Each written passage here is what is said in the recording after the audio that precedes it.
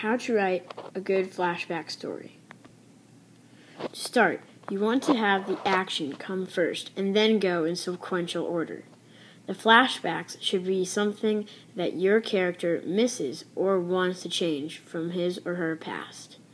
The main disadvantage to flashbacks is that they have already happened.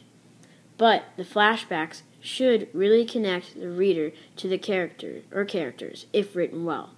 It also shows how the situation in the story has gotten to the state it is now.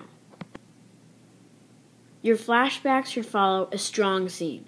Don't have your character see rain while looking outside, and that brought him or her back to another rainy day that changed his life forever. No, that's not the way to go. It needs to follow a good scene that's very strong and emotional, because a flashback isn't really a scene at all, and it won't be as good. Use verb tense to guide your reader in and out of every single flashback. Verb tense tells the reader when your flashback starts and when it comes to an end. If you need more than one major flashback, then you should intersperse your flashbacks with strong scenes in story time.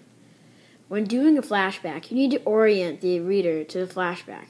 For example, time and place. If you don't do these, the reader will just be lost. Don't let your reader try to guess when it is a flashback and when it's story time. Don't say, "Now we are flashing back," either. You need to show it. Don't tell it. Start with a scene in real time that is really interesting and should bring your character or characters to life. It should contain action, very important to the central concern of the story. Here is one good example of a flashback story. You have a protagonist named Gary and his behavior towards his son Jack, who has been arrested for gang fighting. Gary's dad was put in jail for gang fighting when Gary was a little child. This memory shapes Gary's behavior toward Jack. Another good example is the book 5 People You Meet in Heaven by Mitch Albom. And for all you 7th graders out there at St. Thomas, you will read that book and it's very good. The best way to convey to the reader what gang fighting means to Gary is by doing flashbacks.